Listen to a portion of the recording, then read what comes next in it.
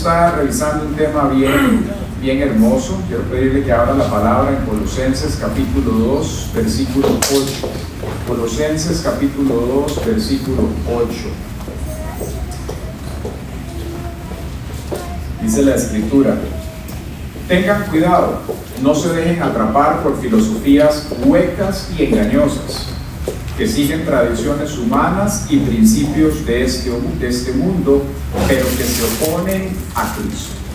Bien, hace 8 días revisamos un poco aquí en la iglesia un tema en el cual estábamos revisando acerca del contraste entre la alegría y la empatía que en diciembre vemos, que son temporales, y contrastábamos eso con la vida que proviene de Dios y la constancia en ella.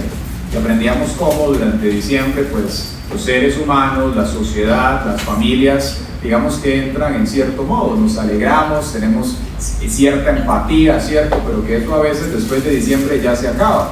Y contrastábamos eso con la vida que proviene de Dios, cómo eso en nosotros es constante y nos hace vivir de la manera que el Señor quiere.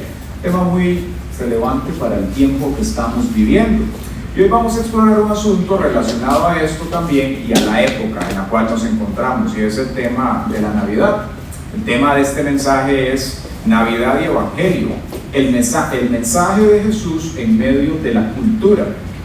Y vamos a descubrir cómo en la sociedad hay diferentes reacciones respecto al tema de la Navidad. Hay personas que les gusta, hay gente que dice yo odio la Navidad, y aún dentro de la iglesia hay personas que les agrada, que la aceptan, y hay gente que la rechaza del todo y dicen que la Navidad no tiene nada que ver con el Señor.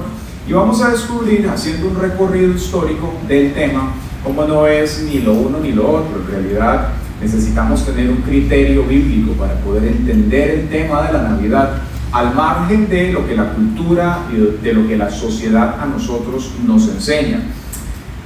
Y esto nos va a conducir obviamente a ver cómo nosotros debemos vivir este periodo en el cual nos encontramos, que es la Navidad.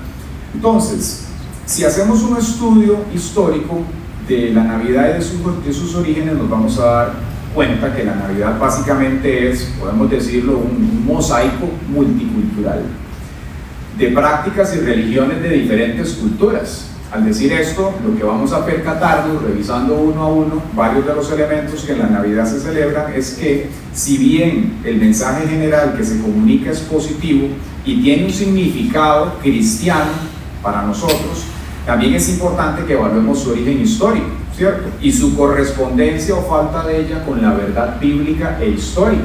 A todos nos gusta Navidad, hay cosas positivas que ocurren en ella, hacemos obra social, les damos regalos a nuestros seres queridos, recordamos la encarnación de Jesús, el nacimiento de Él, eso es lo que significa Navidad, y lo relacionamos con una serie de prácticas, ¿cierto? Que muchas de ellas pues nos gusta dar regalos y demás, pero como creyentes la palabra del Señor nos manda a examinarlo todo, ¿cierto? Y acabamos de leer aquí, dice, no se dejen atrapar por filosofías huecas y engañosas.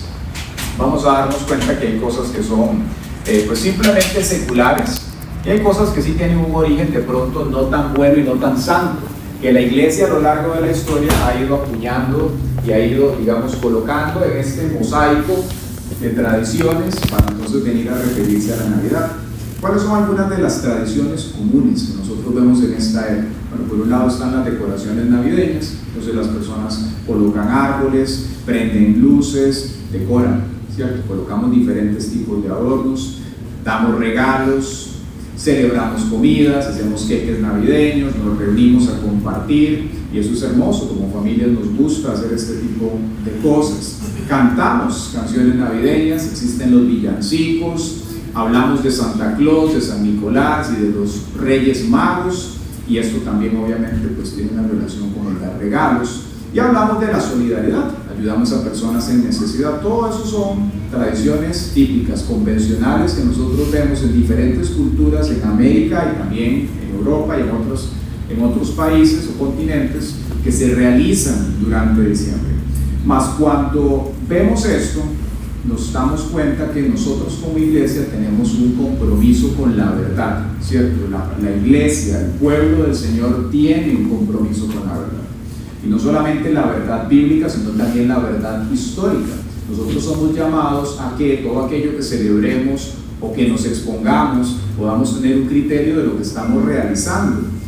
Y dado que la iglesia tiene un compromiso con la verdad, es menester analizar lo que cree y practica también. No podemos exponernos a algo simplemente por exponernos. Recuerdo, por ejemplo, ahorita un pensamiento que viene a mi mente. Cuando yo estaba en séptimo, en una edad tal vez como la de Oscar, 13 años escasos, me gustaba la canción, una canción de un grupo que se llama Pearl Jam, que se llama Jeremy. Entonces me encantaba esa canción y la cantaba cada rato. Y por allá un día vino mi madre inquietarme con el tema, ¿verdad? ¿Quién bendice a las mamás? ¿Verdad? Que siempre están metidas en todo, gloria a Dios, metidas de buena manera. Y me hizo reflexionar e investigar el origen de esa canción, de dónde viene esa canción, a quién se le canta y por qué. Y a la hora de ponerme a buscar sobre esto, me di cuenta que Jeremy era una canción de un hecho de la vida real, un muchacho que pasaba depresiones terribles y que él se suicidó enfrente del grupo en Estados Unidos de su colegio. Él se suicidó y la canción es de eso. Pero yo la cantaba porque me gustaba el ritmo, el flow, todo me gustaba de la canción. Pero ya cuando me puse a investigar un poco sobre la historia del mismo, me percaté que de pronto no era como muy correcto, ¿cierto? Que yo como hijo de Dios me expusiera a esto. La palabra del Señor nos dice que no tenga comunión la luz con las tinieblas. Nosotros como hijos de luz no debemos tener comunión con estas cosas. Y de la misma manera la Biblia nos llama a examinarlo todo, tener un criterio de aquellas cosas a las cuales nos estamos exponiendo. Entonces, en función de esto es menester que a la hora de hablar de la Navidad, en la cual estamos nosotros exponiendo algo como el nacimiento de Jesús y el Evangelio, el mensaje, la buena noticia del Señor, lo veamos de cara a cómo este mensaje ha evolucionado en la historia y qué de eso verdaderamente es bíblico, para que nosotros en este tiempo, como en cualquier otro, podamos hablar del nacimiento de Jesús, pero también cuáles de esas tradiciones que vienen de ese collage multicultural podamos decir, esto pertenece a la palabra, esto simplemente es parte de la historia y esto proviene de aquí, ¿sí? Para saber a qué podemos nosotros exponernos y no. Entonces, al hacer un análisis histórico de los elementos, las prácticas, los significados convencionales de la Navidad, en nuestra cultura nos damos cuenta de mucho, ¿cierto? Aunque ese mensaje es positivo y posee un significado cristiano, su origen histórico no coincide con los eventos a los que hace referencia. Es decir, nosotros venimos a hablar del nacimiento de Jesús en diciembre, pero cuando revisamos la escritura nos damos cuenta que es poco probable que Jesús haya nacido en diciembre.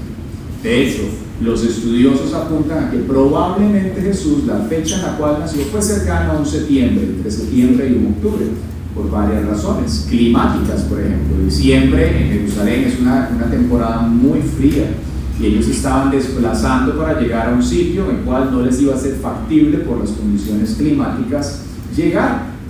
Y al revisar históricamente cómo se dio esta alineación de decir diciembre, 25 de diciembre, el nacimiento de Jesús, encontramos la respuesta en la historia. Entonces, como creyentes nosotros debemos conocer esto, no para generar anticuerpos contra la Navidad, ¿cierto? Porque es un periodo que si lo aprovechamos, como vamos a ver más adelante, puede ser muy positivo, pero sí para estar informados respecto a lo que nosotros creemos y lo que la sociedad y la cultura llama bueno, santo, pero que tal vez es otra cosa, es secular o simplemente es parte de la historia. ¿Quién dice amén?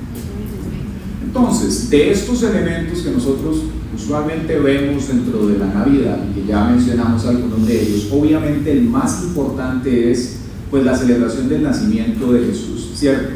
En nuestra cultura se utiliza este tiempo para recordarnos ese evento, el nacimiento de Jesús, pero su fecha, como ya decimos, no coincide con esto, sino que más bien cerca del 17 al 25 de diciembre, esto en Europa, y estamos hablando en el tercer siglo en adelante, coincidía con una serie de celebraciones, por ejemplo la Saturnalia en el Imperio Romano, en la cual se le celebraban fiestas a Saturno, y las personas en ese tiempo se daban regalos, ¿ok? Para contextualizarlo un poco, recordemos los orígenes de nuestra fe. Jesucristo predica en Israel, Él muere y resucita. Cerca del 90 después de Cristo, Jesús muere, asciende a la diestra del Padre, ¿cierto? 90 después de Jesucristo, el templo es destruido, Jesús muere, resucita, asciende a la diestra del Padre, pero esto estaba bajo el gobierno del Imperio Romano, Jerusalén me refiero, así como Europa y toda esta región en la cual nos encontramos. Avanzan los siglos y llega el siglo III y nace un personaje muy importante dentro de la historia de la iglesia también, la historia del Imperio Romano, que fue Constantino.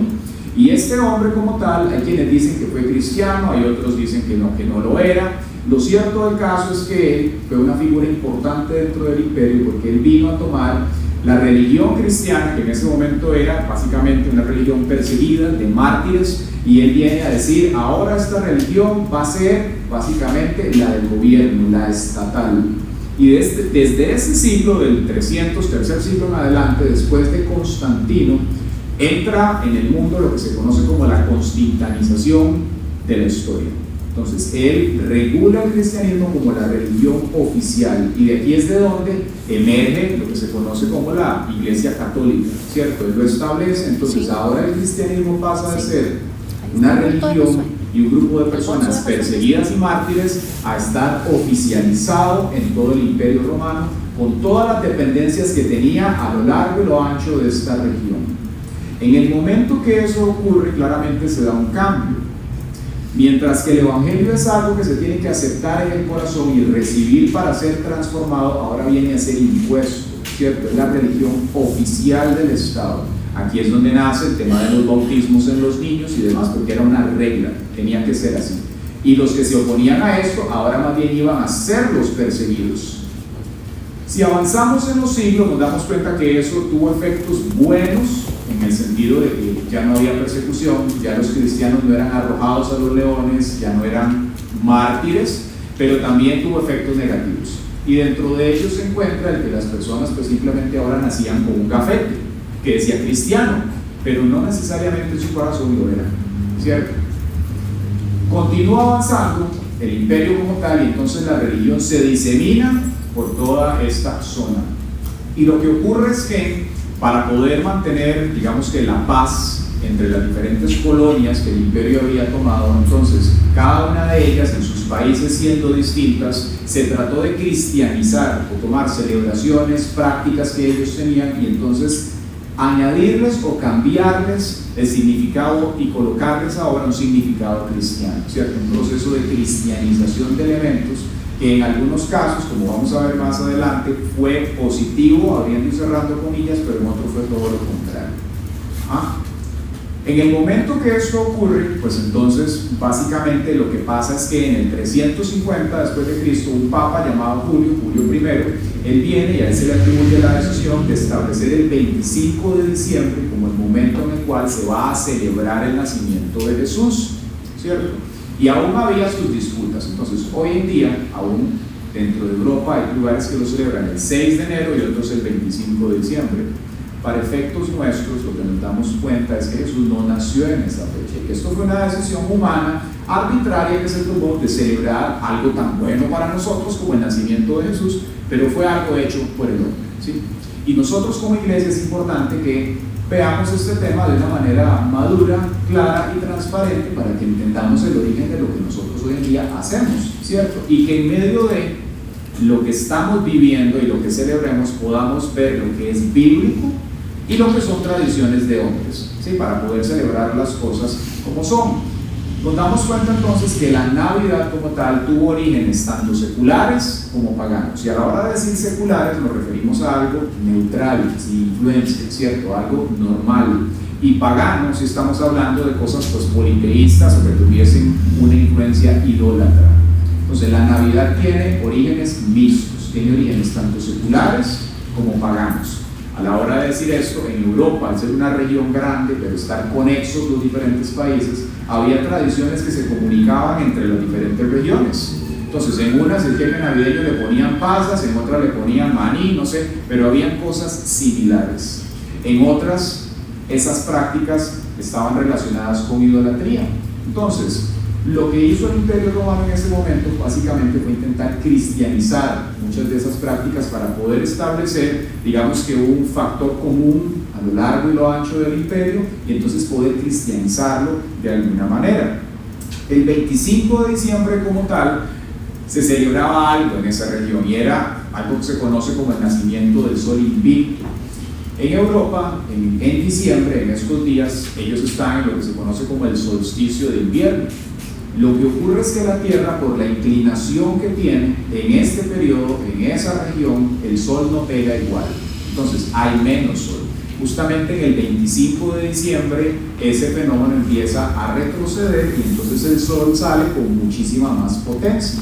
Entonces ese nacimiento del sol, el solsticio de invierno, vino entonces a relacionarse con el nacimiento de Jesús, de él como el sol de justicia. Entonces dijeron, bueno, ya no vamos a celebrar el Natalis Solis Invictus, sino que vamos a celebrar el nacimiento de aquel que es la luz nuestra. Pero humanamente nosotros lo escuchamos y decimos, vale, dele, adelante, muy bien, pero hay que reconocer el origen y la historia de las cosas, ¿sí? La palabra nos manda a nosotros, dice, a presentar defensa contra todo aquel que demande razón de nuestra esperanza. Y puede ser que usted un día en una cena navideña le pregunten, bueno, vamos nosotros a celebrar esto porque esto está en la Biblia, y usted va a poder decirle, celebramos el nacimiento de Jesús, claramente, pero Jesús no nació el 25 de diciembre. Amén. No nació el 25 de diciembre y Jesús no es el sol invicto. Podemos hablar con propiedad y eso, esa sinceridad, esa transparencia, de estar informados de nuestra fe, nos ayuda a presentar el Evangelio de una mejor manera. ¿Quién dice amén? Amén. Claramente en el momento que esto ocurre, ya del 300, 350 en adelante, durante la Edad Media se comienza a diseminar en toda la región donde el Imperio Romano tenía influencia la celebración de la Navidad. Y cuando esto ocurre, nace un personaje que se le conoce como San Nicolás. Este fue un hombre bien importante, San Nicolás de Bari. Él vivió del 270 al 343 después de Cristo, en lo que hoy se conoce como Turquía, y era un hombre conocido por su generosidad. Él hacía actos de caridad, ayudaba a los niños y fue canonizado como un santo también. Este hombre, San Nicolás, es el que después se va a tomar en la cultura más adelante, y su nombre se le va a referir ahora como Santa Claus, y de él es de donde nosotros tenemos al coracho que todos nosotros pues hoy en día hablamos y celebramos, ¿cierto? Este hombre fue podemos decirlo, un obispo, fue una figura importante dentro de la Iglesia Católica, y como tal, de él es de donde viene esta práctica dentro de la Navidad. Tenemos hasta acá esto. ¿Qué ocurre después de los regalos? Bueno, ya nos damos cuenta que esto también nace en Europa, en los Saturnales, entre el 17 y el 23 de diciembre, los romanos se daban regalos, ¿verdad? Tanto para la prosperidad como para la buena fortuna. También esta práctica se relaciona con los Reyes Magos, que no eran Reyes Magos, eran sabios de Oriente. Cuando en la Biblia se tradujo como magos, no está apuntando al sentido del Harry Potter que nosotros vemos hoy, sino a un sabio, un astrónomo, un astrólogo de Oriente. En este momento, astrónomo es la palabra más adecuada, que la Biblia nos habla en Mateo, que ellos siguieron esta estrella y fueron hasta esta región para ver el nacimiento de Jesús.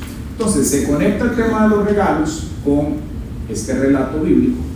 Como nos estamos dando cuenta aquí, es una combinación de tradiciones y prácticas, ¿okay? De donde los cristianos celebran dar regalos, no es necesariamente de esto. Todas las culturas a lo largo del tiempo dan regalos. En diciembre ocurre que nosotros nos damos regalos por Navidad, pero en esta época como tal, las personas se dan regalos no necesariamente por eso, sino una combinación de factores. La estrella de Belén, pues también está ilustrada en Mateo capítulo 2, viene como parte de esto heredada. El árbol de Navidad tiene su origen en tradiciones y simbolismos que fueron evolucionando a lo largo del tiempo, tanto tradiciones seculares también como paganas. A la hora de hablar de tradiciones seculares, pues en Europa, en Alemania puntualmente, se practicaba colocar un árbol y ponerle cositas, ponerle frutas, porque representa la vida, etc. De hecho, se le atribuye a ciertos personajes en la Reforma, y hay quienes dicen que Lutero fue uno de los que practicó esto. La persona puntualmente que vino a establecerlo, pues dicen que fue, pero no lo podemos asegurar. Lo que sí sabemos es que fue en Alemania que se originó la práctica puntual de decorar árboles con significado o con relación a la vida, ¿cierto? Pero ya en Roma también se practicaba, por la misma influencia que tenía el Imperio Romano en toda esta región. La corona de Adviento también se origina en Alemania. Fue un hombre que se conoce como Johann Heinrich Wichen. Él lo estableció y era un mecanismo para contar las semanas hasta el 25 de diciembre, para que los niños pudiesen contar las 4 semanas que había, era exactamente 4 semanas antes del 25 que se colocaba, entonces ya ellos podían seguirlo con eso. De nuevo, es un elemento que no es de pronto ni bueno ni malo, alguien lo inventó simplemente para llegar a una fecha en particular. Esto estaba pasando en la región de Europa donde el Imperio Romano tenía influencia. Ahora, ¿cómo llega esto a América? ¿Y cómo baja luego hacia América Latina? Tenemos que irnos al periodo de la Reforma, aproximadamente 1600 y demás. En este momento, en toda esa región de Europa habían guerras por diferentes razones. Entonces, es justamente en este momento donde comienza a darse la migración de diferentes grupos y colonias hacia lo que hoy se conoce como Norteamérica, los Estados Unidos de Norteamérica, y llegan a la costa este. En Pensilvania, en Virginia, son los primeros estados que comienzan a acoger a estos migrantes. Y hacia la América Latina también, pero por parte de la colonia española y portuguesa, que en ese momento, y esto fue justamente durante el periodo de la Reforma, España era una potencia a nivel marítimo y gobernaba toda la región. Ellos comenzaron a hacer sus incursiones, vino Cristóbal Colón aquí, los portugueses también, y comenzaron a descubrir Latinoamérica. Pero todas estas naciones, Inglaterra, Holanda, Alemania, España, Portugal, todas estuvieron gobernadas por el mismo Imperio Romano. Y ellas habían recibido la misma influencia del catolicismo, de ahí de donde se había creado también la Navidad, y en el momento que estos migrantes comienzan a moverse hacia el nuevo continente, pues ¿qué creen ustedes? Ellos traen consigo sus tradiciones. Y desde allí comienza a darse el fenómeno que todos conocemos como la religiosidad, donde se comienzan a mezclar elementos de las culturas receptoras del Evangelio, ¿cierto?, con las prácticas que estaban recibiendo en ese momento y con el Evangelio. Y aquí es donde nosotros como iglesia es muy importante que tengamos un criterio. Más adelante vamos a ver mecanismos que nos ayudan a lograr eso. Criterio para poder discernir y entender qué de lo que nosotros estamos absorbiendo o tenemos en nuestra cultura son elementos santos, píos, que podamos darles continuidad, y cuáles de ellos debemos ponerles un punto y aparte. La palabra nos dice que tenemos que renovar nuestra mente y no amoldarnos a la cultura de este siglo. Entonces, ¿hay culturas pecaminosas? Claro que sí. Culturas que tienen aristas que claramente apuntan hacia un esquema de impiedad, y el Evangelio viene a transformar estas cosas. Entonces, el Evangelio llega a través de estas personas, llega a Norteamérica de mano de ingleses, holandeses, franceses y demás migrantes que estaban llegando a esta nación, y llega a América Latina a través de españoles y portugueses. Se extiende entonces y se mezcla con los pueblos autóctonos que estaban aquí, pueblos indígenas que teníamos. En algunos países, digamos que la población indígena es muy baja, pero en otros países la resistencia que estableció la corona española a través de los migrantes que habían llegado aquí fue más fuerte. Y en otras no pudo avanzar todo lo que se quiso o lo que se logró. Entonces vemos que, por ejemplo, en Costa Rica nuestra población aborigen es muy pequeña, ¿cierto? Pero de pronto en Perú, en México, se estableció una resistencia mayor, porque estaban los imperios aztecas, el Inca, que pudieron defenderse, ¿cierto? En el momento que llegan estos migrantes, y en América Latina, en este caso en particular, se dio un fenómeno que se le conoce como el mesianismo español. Es decir, ellos sabían que venían como una empresa comercial, venían a descubrir un nuevo continente, pero también dentro de sus intereses estaba el llevar, imponer el catolicismo en todo este sector. Entonces hubo diferentes respuestas de parte de los aborígenes. Algunos, y es curioso, no voy a entrar demasiado en esto, como parte de su historia, los pueblos autóctonos aquí creían que si veían una persona venir del mar era un dios. Entonces, cuando llegaron los conquistadores en barcos y demás aquí, ellos pensaron que estaban interactuando como con seres especiales o divinos. Entonces, muchos de ellos cedieron sus territorios, cedieron hegemonía, cedieron sus tradiciones de una manera superficial para adoptar aquello que se les estaba imponiendo. Y de ahí es de donde emerge la religiosidad, donde se crea esta mezcla de elementos autóctonos culturales, buenos y otros no, con las costumbres que traían estos europeos, incluido el Evangelio. ¿Sí? Por eso es que es muy común encontrar, lamentablemente, dentro del catolicismo personas que profesan una fe pero que no son cristianos, en su corazón no se han convertido al Señor, porque el cristianismo, básicamente, la manera en la cual se recibe es: primero yo soy transformado de dentro para afuera aceptando a Jesús, y luego eso transforma todo lo demás. No es algo institucionalizado que se impone. ¿Okay? Al hacer una evaluación de la historia de la Navidad, nos damos cuenta, sí, de la importancia que tienen nuestras creencias, claro, y nuestras prácticas, y que el entender la historia de nuestras creencias es fundamental para conocer la verdad, ¿sí?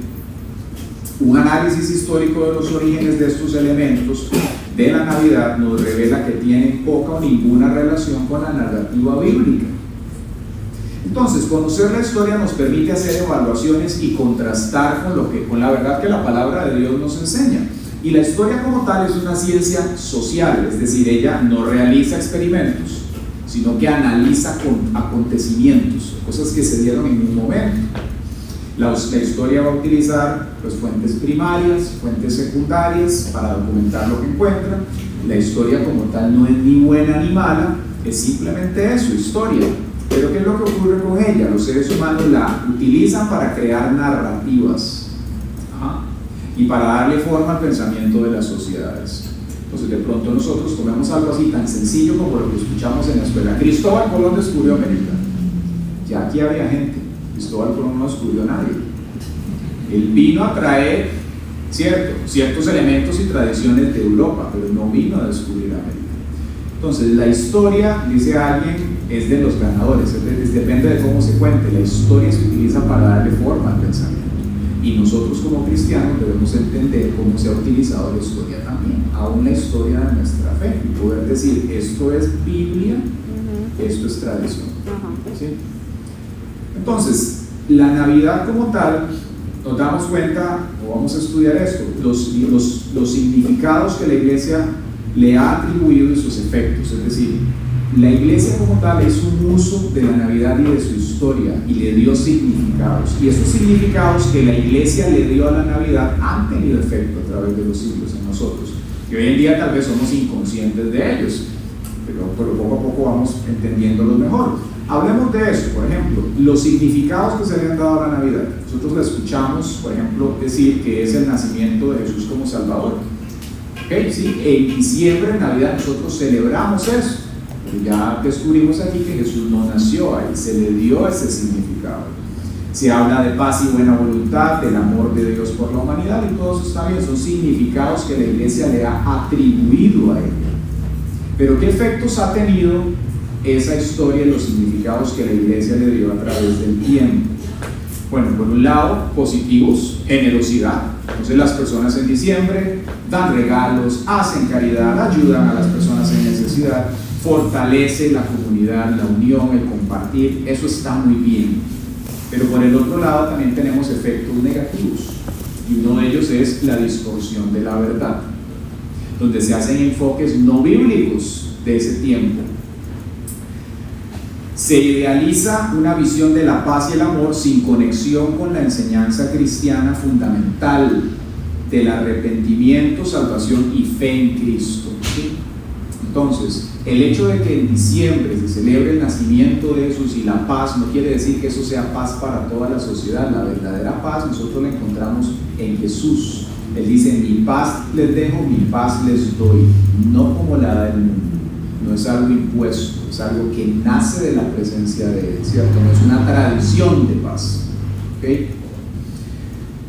¿Qué ocurre aquí? Un fenómeno que históricamente se le conoce como el sincretismo religioso, donde se toman elementos, ya lo hemos mencionado varias veces, seculares o paganos, y se mezclan entonces con significados bíblicos. El sincretismo religioso, ¿qué es? Definámoslo. Bueno, se refiere a un proceso por medio del cual la Iglesia adoptó o reinterpretó ciertas costumbres, festividades, símbolos o prácticas culturales existentes en diversas sociedades y les otorgó un significado cristiano por una razón: para facilitar la conversión al cristianismo y alejarlos de prácticas consideradas paganas o pecaminosas.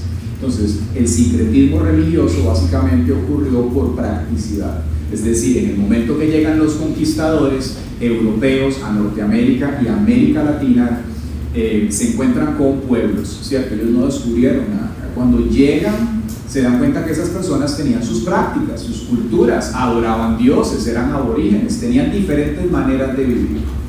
Muchas de esas prácticas eran neutrales y otras eran idolátricas, claramente. Entonces, en el momento que llegan estas colonias aquí y tenían claramente un marcado o una marcada influencia del Imperio Romano, en el cual se imponían las cosas, ellos dijeron, ok, esto es el Evangelio, ¿lo aceptan o lo aceptan? ¿Sí? Y de ahí es donde se dieron, bueno, se dio la Inquisición en América Latina también, y se dieron guerras y asesinatos de pueblos en este lugar. Y conforme pasó el tiempo y se dieron cuenta que no se podía vivir en una masacre, entonces emerge la estrategia del sincretismo religioso, es decir, bueno, este pueblo tiene estas costumbres, cambiémosles el significado y pongámosle ahora significados bíblicos, cristianicemos las prácticas que ellos tienen como en un intento de apartarles de lo que ellos realizaban que no era correcto. Nosotros hoy en el cristianismo sabemos que no podemos dejar una práctica simplemente superficialmente hablando, ¿cierto? Tiene que ser algo que nazca del corazón. Es así como trabaja el Evangelio. En el momento que una persona se expone a algo de la Escritura, del Evangelio, superficialmente, sin que el Señor haya transformado el corazón, lo está haciendo de una manera religiosa, y eso no es sostenible en el tiempo. ¿Okay? De aquí es de donde emerge la religiosidad. Y entonces estos pueblos en los cuales se dio una evangelización, decimos una evangelización incompleta, ¿cierto? No se arrepintieron, mezclaron las tradiciones que ellos tenían con las costumbres que estaban trayendo los conquistadores. Y eso tiene manifestaciones en toda Latinoamérica y el Caribe también. Entonces, ejemplos del sincretismo religioso, ya hablamos de uno de ellos, el 25 de diciembre. Esto es algo que no tenía nada que ver con la Escritura, pero el Imperio Romano dice, ahora el 25 de diciembre lo cristianizamos, ahora celebramos el nacimiento de Jesús, pero tenemos más cosas, por ejemplo la Pascua. La Pascua era una celebración pagana, en la cual básicamente se adoraba la fertilidad, por eso se colocan conejos, que son muy fértiles, y huevos de Pascua, que representan vida. Pero la iglesia viene, lo transforma y dice, ahora esto va a tener otro significado, se reinterpreta con la resurrección de Jesús. Pero veamos el origen, ¿cierto? No es un origen bíblico, es un origen pagano como tal. La Virgen de Guadalupe en México, había un cerro como tal, que se conoce el cerro Tepeyac, y ahí los aborígenes básicamente adoraban esta deidad mexicana. Entonces la iglesia, que se llamaba Tonantzin, la iglesia católica, viene y dice, bueno, ya no se va a llamar Tonantzin, ahora se va a llamar la Virgen de Guadalupe. Entonces suben ahí, y en cada uno de los puntos estratégicos de peregrinación en América Latina están dedicados a santos o a vírgenes para poder cambiarles los significados. Pero de nuevo, se estaba tomando una práctica secular o pagana y se estaba cristianizando, blanqueando, y no necesariamente los corazones de esas personas habían sido transformados. Entonces esto es un ejemplo de eso. La Semana Santa en América Latina incluye procesiones, rituales, danzas, vestimentas y prácticas indígenas también. Entonces, por ejemplo, en Guatemala es muy común se hacen alfombras de flores. Esto es una práctica indígena que ellos realizaban a sus deidades y luego la mezclan para decir, ahora por aquí va a pasar Jesús. Entonces pongamos las alfombras de flores para celebrar eso como tal. Ya hablamos un poco de la motivación que hubo detrás de esto. Consecuencias de ese sincretismo religioso. Ya las positivas, aunque cuestionables, las hablamos, ¿cierto? Pero digamos que algo positivo fue que de alguna manera las personas que estaban llevando a cabo la tarea de evangelización se les facilitó el poder hablarle a la gente, ¿cierto? Pero había una evangelización incompleta. Se preservó la cultura, entonces ciertos aspectos culturales de esos pueblos o esas culturas receptoras se mantienen hoy en día, y en realidad el Evangelio no busca transformar una cultura, se tiene que mantener.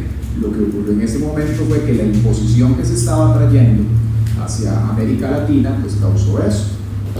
Unidad social, es decir, en algunos contextos el sincretismo ayudó a unir comunidades al fusionar prácticas, reduciendo conflictos. Ahora, nosotros como humanos que nos gusta vivir en paz, escuchamos esto y decimos está muy bien, y aún Jesucristo es el príncipe de paz, paz para los que estamos en Él, amén. Pero también tenemos que entender que Jesús cuando viene a la tierra e interactúa el Evangelio con la cultura y sus aspectos pecaminosos, no necesariamente va a generar paz, ¿sí? Sino todo lo contrario.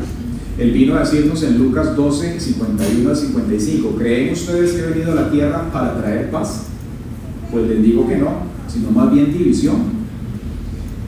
Entonces podemos ver cómo en el hecho de nosotros recibir a Jesús, Él trae paz interna, paz como la da Él, pero inmediatamente eso trae un antagonismo con la cultura y sus aspectos pecaminosos, ¿cierto? Y eso puede trabajar tanto a lo interno como en una familia, en una nación o en culturas también.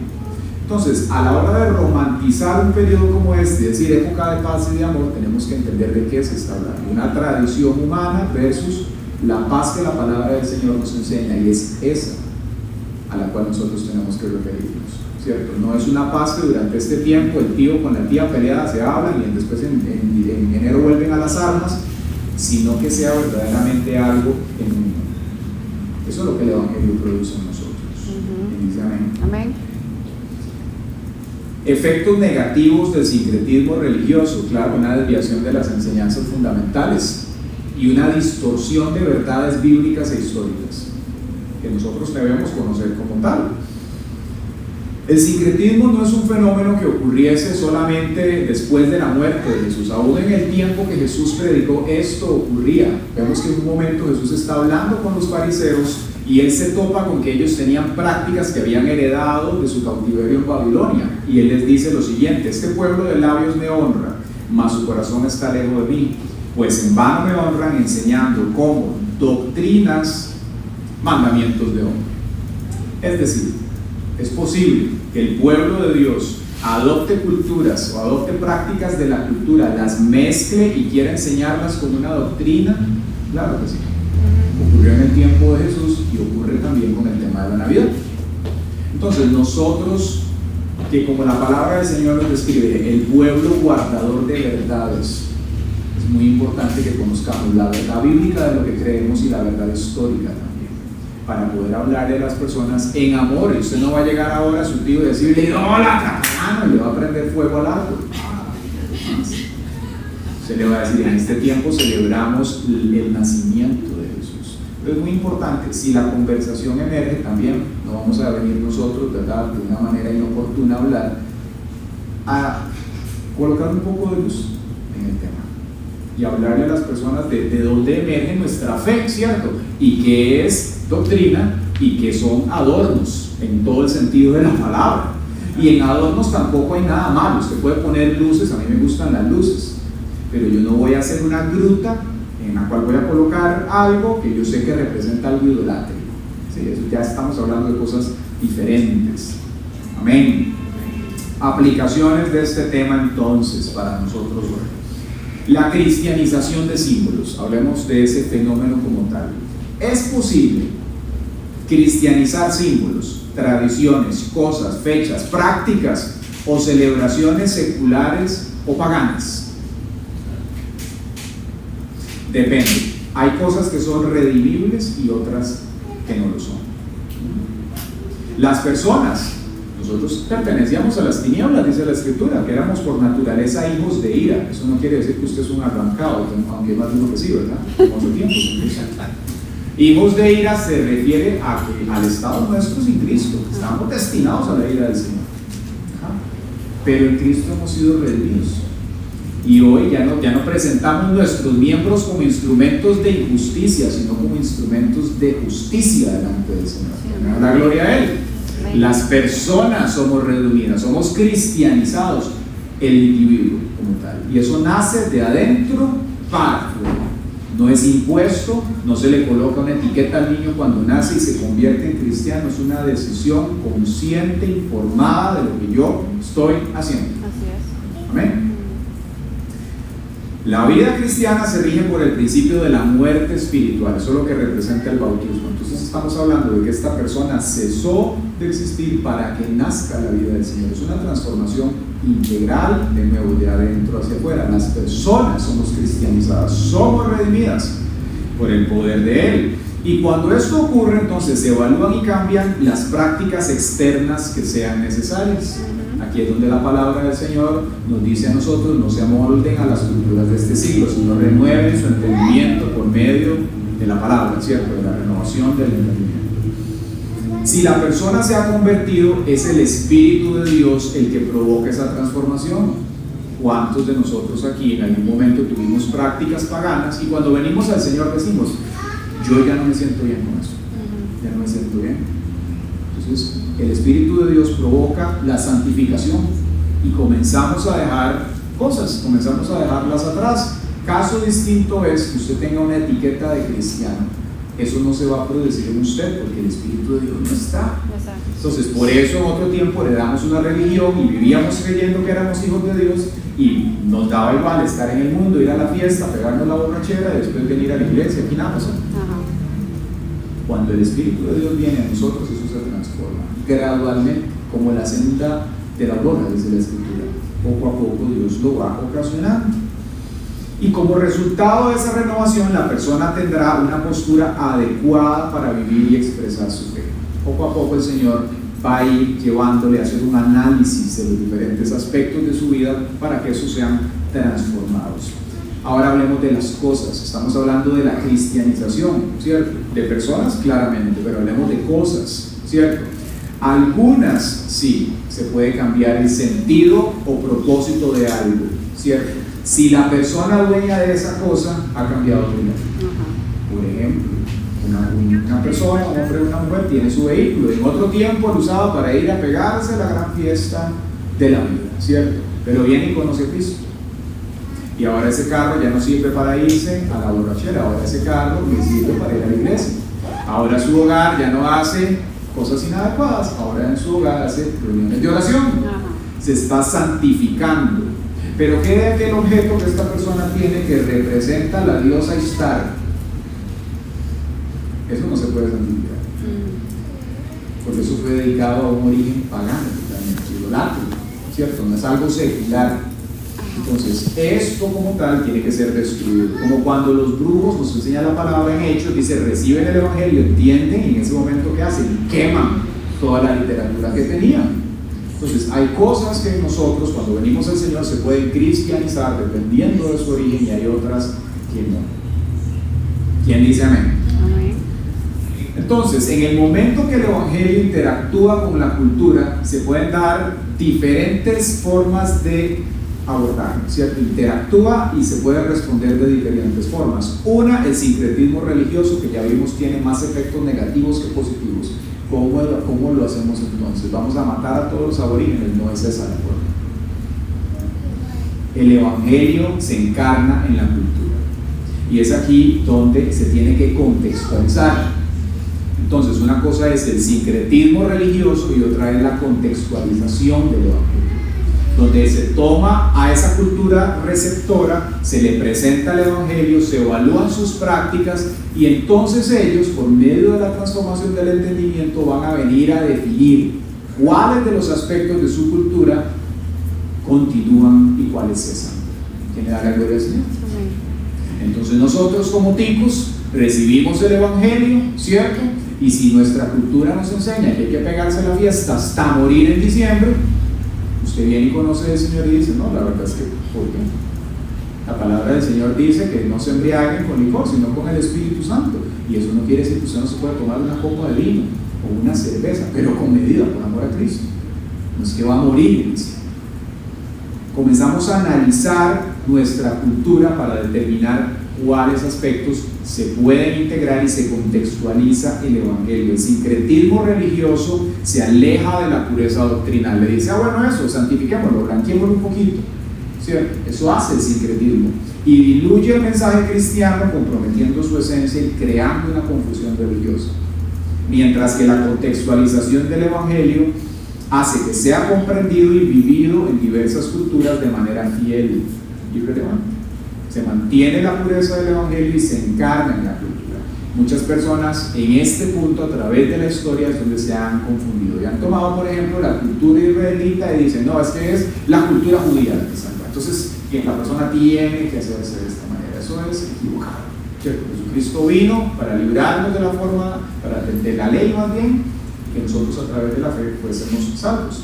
Entonces veamos que hay un contraste entre el sincretismo religioso y la contextualización del Evangelio como tal.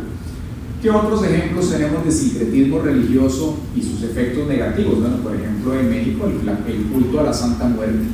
Entonces esto es algo impresionante en México, donde se veneran imágenes católicas y se mezcla con culturas indígenas y esotéricas. Y no nos asombremos entonces del derramamiento de sangre tan increíble que hay en México, el culto a la Santa Muerte.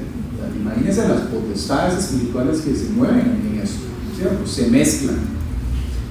Otro ejemplo, en el Caribe, la santería cubana, cuando viene y se mezcla con los esclavos o las personas que hicieron esclavas, porque no eran esclavos, las personas que hicieron esclavas, que sacaron de África y las llevaron todos estos colonos, ¿cierto?, de Europa hacia Norteamérica y hacia Latinoamérica y el Caribe también. Estas personas que fueron tomadas de África venían con un montón de prácticas también culturales paganas. Y a ellos les dijeron, bueno, usted celebra dentro de su panteón, si cabe la palabra, a todos estos dioses. Entonces ya no va a ser este santo, ahora es este. Ya no va a ser esta diosa, ahora es esta. Y de ahí nace la santería cubana. Y la africana también, el candomblé en Brasil, es una mezcla de lo mismo. Esos africanos fueron movidos después del Caribe y por medio de portugueses hacia el Brasil, y de ahí es de donde emergen estas culturas y toda esta distorsión. Pero de nuevo, veamos el sincretismo, cómo trabajó en este momento. Entonces, el resultado final que provocó el sincretismo religioso fue la creación de creencias híbridas que confundieron y distorsionaron el mensaje del Evangelio. ¿Qué es lo que queremos hacer entonces con la contextualización del mismo, es decir, del Evangelio del Señor? Presentarlo de manera clara y contextualizada. Amén. Para poder fomentar una comprensión profunda y auténtica de la fe cristiana. Muchas personas hoy en día todavía tienen legados de religiosidad en su vida y no saben ni de dónde vienen. Claro, no van a saber, viene toda una historia de siglos. Pero nosotros como iglesia debemos enseñarles en qué deben colocar su fe, para que cosas como esta, la Navidad que estamos viviendo ahorita, no sea un fenómeno temporal, de empatía y alegrías temporales, sino que puedan conocer la vida que proviene de Dios y la constancia, el cambio real que Él produce en nosotros a través de la renovación del entendimiento. Siguiente punto de aplicación. Ok, pastor, entonces, ¿cómo vive un cristiano la época de la Navidad? Como cualquier otra celebración, ¿sí? Analizando su esencia para determinar si su participación en ella es adecuada, como cualquiera. Podemos nosotros crear y tener celebraciones seculares. Aquí de nuevo, un aspecto de la religiosidad, aún dentro de la iglesia, es personas que dicen, si no está en la Biblia, no. ¿Quién dice? Celebramos la independencia, celebramos los cumpleaños, celebramos aniversarios, podemos crear y tener celebraciones. Si son seculares, podemos hacerlo. Celebramos el aniversario de la iglesia, hay un montón de cosas. El asunto es el origen y la esencia de lo que se celebra. ¿Es bueno, es santo, es adecuado? Por lo contrario, sí se puede. La Biblia nos enseña que con Cristo dice, estoy juntamente crucificado, ¿sí? Esto está en Gálatas 2:20, pero eso también nos enseña que todo lo que yo vivo en la carne, es decir, en mi presente, tengo que vivirlo en la fe del Hijo de Dios. ¿Practicaría Cristo esto? Ajá. ¿Se expondría Cristo a esta práctica? ¿Iría Cristo a Palmares, al bailongo y se pegaría una borrachera porque están celebrándole, no sé, a San Nicolás? No lo creo. Esto nos sirve como un instrumento para medir nuestra participación en las cosas, ¿sí? Jesús fue una boda y Jesús puso vino para que la gente se alegrara, ¿cierto? Él no es religioso, pero nos llama a vivir de una manera sabia las cosas.